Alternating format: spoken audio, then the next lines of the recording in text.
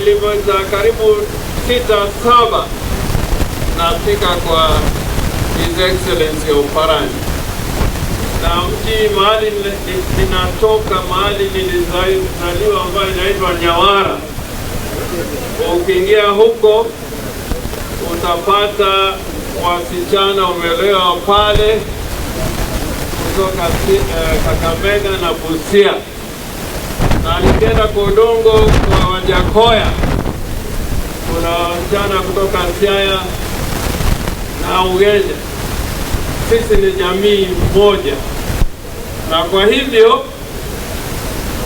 baraza, Your Excellency, umeniambia umechukua jukumu ya watoto ya marehemu Maloba, na mimi kama jirani mwema, hata mimi nimejitokeza unipatie mtoto mmoja.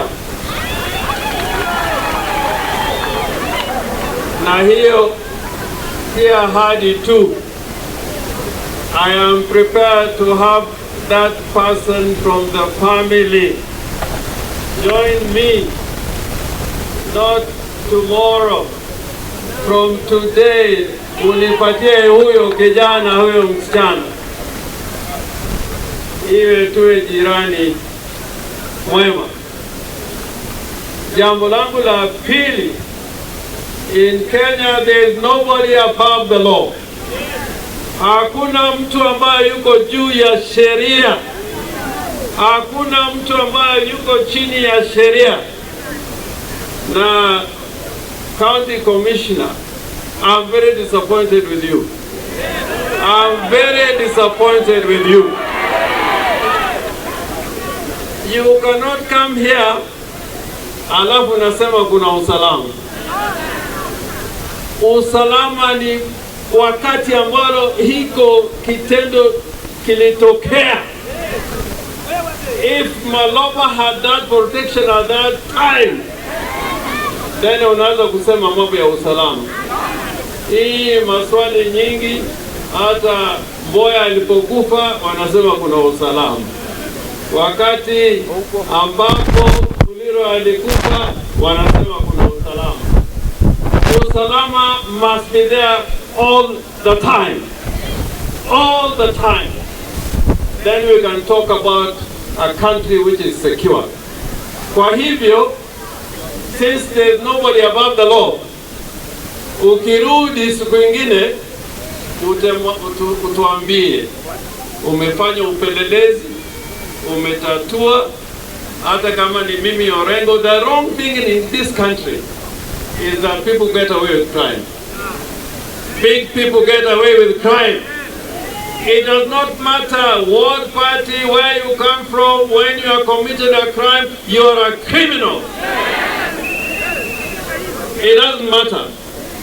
And for that I can repeat it again and again, because I've appeared in court defending people, including Shikuku and Muliro. Don't regard some people to be above the law. Na huyu kijana wetu, we want to hear the full circumstances how he was killed. Na hii maswali nyingi cannot help. The security system in Kenya, tunaambia kuna security. Kule Kilifi watu wanakufa 100 na serikali inalala. You cannot say there is security. Naomba kwamba tunataka suluhu, kutuambia hii kitendo imetokea kwangu, nani alipanga, si ule alimduka kisu. We want to get to the bottom to know the truth.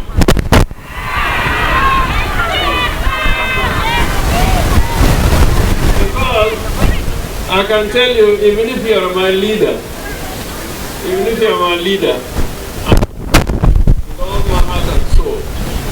if you have killed another human being, you are not fit to be my leader.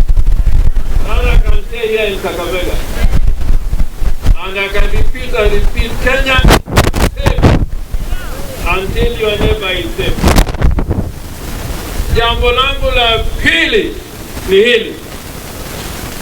Jambo langu la pili ni hili, na mimi nasema hapa Kakamega, there is no community in this country who have contributed to bring change in this country like the Luyas.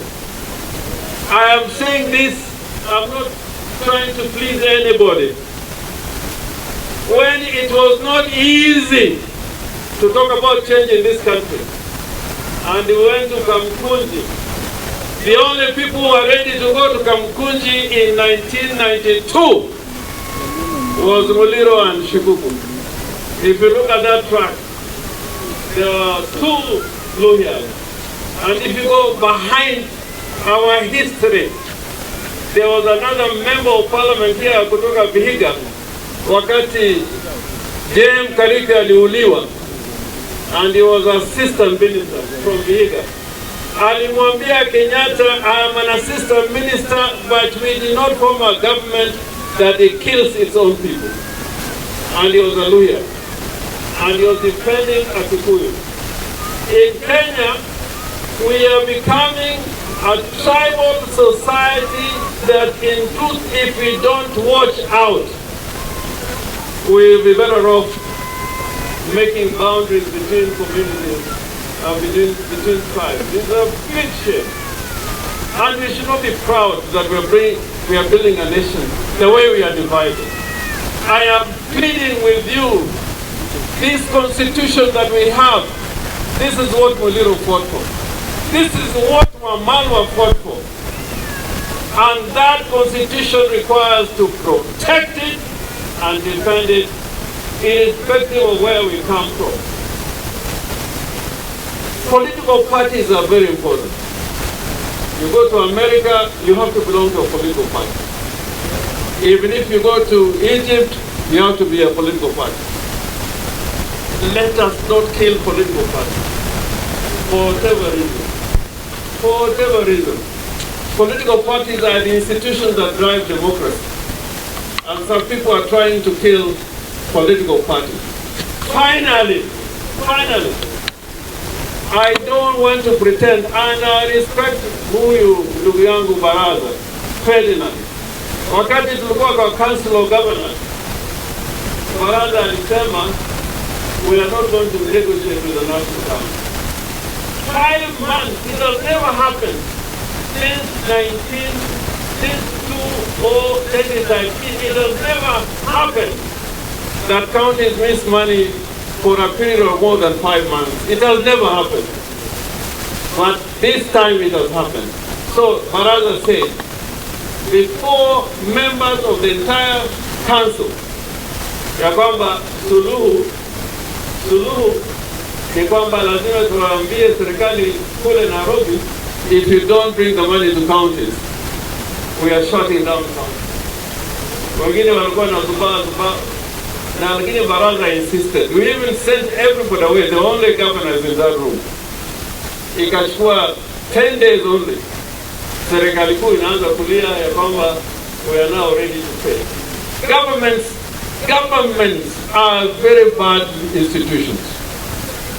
You got to fight against governments all the time. Even me in Siaya, I say, since I lead the county government of Siaya, you must fight against that government to make sure it does its duty to the people and the entire republic.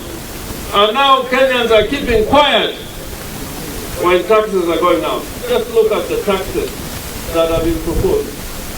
You are not going to be able to live a decent life if taxes are going to increase the way they're being increased.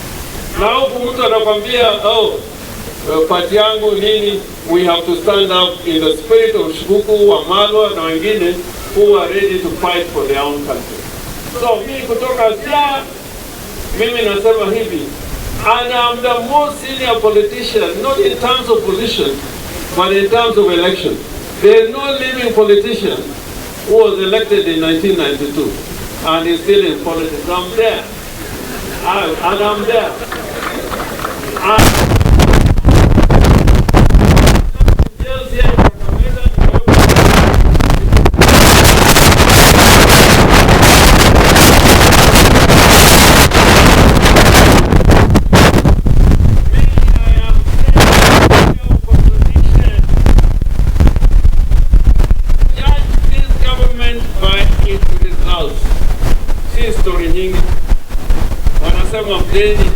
deni. This government is borrowing to pay debts, and the people who they want to borrow from are telling them, you have no capacity to pay debt. And you, Mwananchi, you are just watching. So I'm saying, in the next 12 months, let us reason together, fight together, and make sure that we have a decent conversation about the kind of country we want in this Republic of Kenya. Mimi siwezi kusema zaidi ya hiyo kwa sababu my deputy party leader Bwana Oparanya yuko hapa. I want to praise Oparanya kwa sababu in Kakamega he set a good example. Everybody wants to benchmark with Kakamega, and we'll continue coming to Kakamega to benchmark. But leadership must be a leadership that is democratic, and we should all be prepared to talk the truth. Hii kitu ambao Kenya wanazoea, mkiona mtu amechaguliwa president, we are amazed. Shikuka alikuwa anasema kwamba Mkenya akiona rais is like he has seen God. The truth will come when we see a president as a servant of the people. Servant of the people.